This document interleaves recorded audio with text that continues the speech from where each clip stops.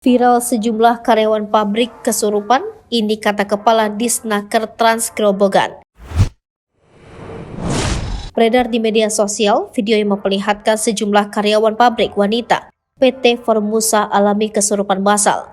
Diketahui kesurupan massal tersebut terjadi di sela kesibukan sebuah industri manufaktur di Desa Gebangan, Kecamatan Tegowado, Kabupaten Grobogan, Jawa Tengah, pada Kamis 8 Juni 2023 siang.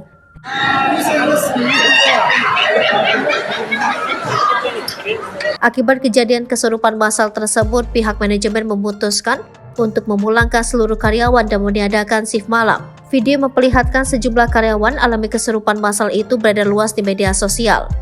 Salah satu akun yang mengunggah video kesurupan massal itu adalah akun Instagram @dorobey.official. Dalam video tersebut, tampak salah satu karyawan yang alami kesurupan tertawa terbahak-bahak di area dalam pabrik.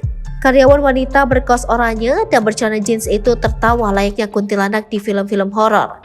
Tampak sejumlah karyawan lainnya mengelilingi wanita itu.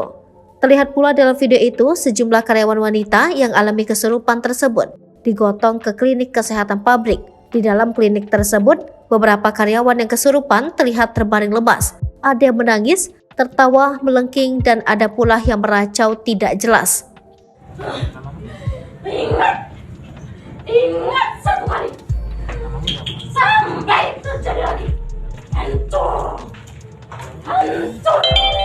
bodoh kalian, manusia bodoh, gak tau iman kalian semua. Dilansir dari Kompas, Kepala Disnaker Trans Kabupaten Grobogan Teguh Harjokusumo membenarkan perihal kejadian tersebut.